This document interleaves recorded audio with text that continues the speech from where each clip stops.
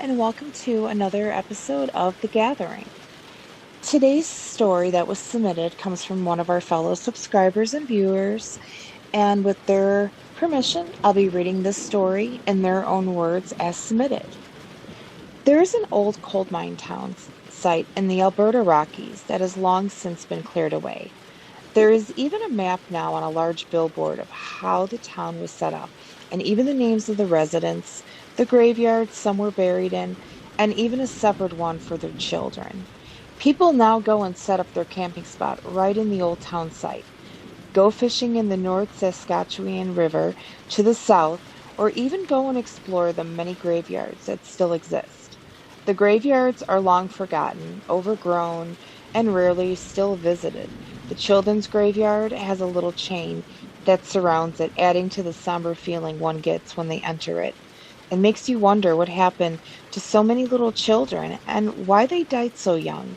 The graveyard beside the children's was for the town adults and the many men who lost their lives mining coal underground in those mountains. To the north there is a railroad that once had an old steam engine that pulled the cars of coal back along the cliff towards the town. That mine was in operation from the early 1900s until 1954, when the diesel engine replaced the steam way of life, and the mine closed and the town died off. The tracks are taken out now, but that path that they were on is still there. The trestle is still there, and you can walk across that, and all along the many miles of what was once made for the train. It's one of the most beautiful landscapes you'll ever see in the Rocky Mountains. That train has not chugged along that stretch for many a years. About 10 years back, my family and I took one of our many camping trips and went to the town site. We had just settled down for the night, but none of us were sleeping. All of a sudden, you could hear what sounded like a train off in the distance.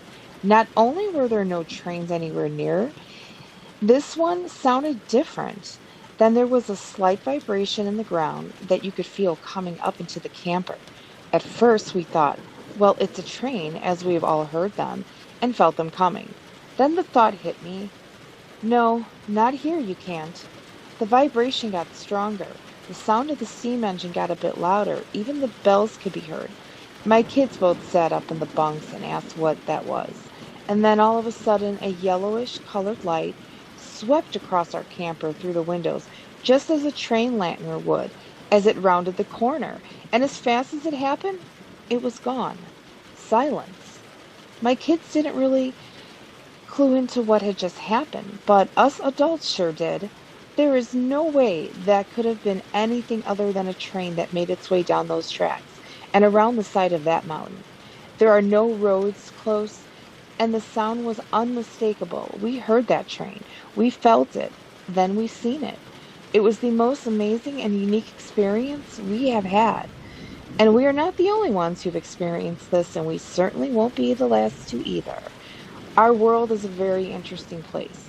Nothing truly ever disappears.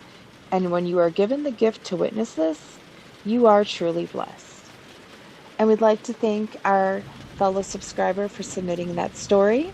It's very much appreciated. Thank you guys for listening.